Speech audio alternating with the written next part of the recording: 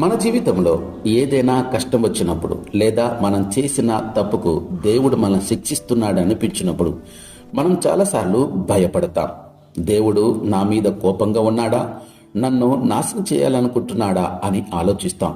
కానీ బైబిల్ చెబుతున్న సత్యం ఏమిటంటే, దేవుడు మనల్ని శిక్షించటం వెనుక ఉన్న ఉద్దేశం మనల్ని నాశనం చేయడం కాదు, మనల్ని సరిచేసి తిరిగి తన మార్గములకి తెచ్చుకోవడమే. యోనా దేవుని మాటకు అవిధేయత చూపి పారిపోతున్నప్పుడు దేవుడు సముద్రంలో తుఫానును పంపాడు. ఆ తర్వాత ఒక పెద్ద చేప యోనను మింగేలా చేశాడు. చూసేవారికి ఇది ఒక శిక్షలా అనిపించవచ్చు, కానీ ఆలోచించండి, దేవుడు యోనాను అక్కడికక్కడే చంపేయగలడు. కానీ ఆయన అలా చెయ్యలేదు.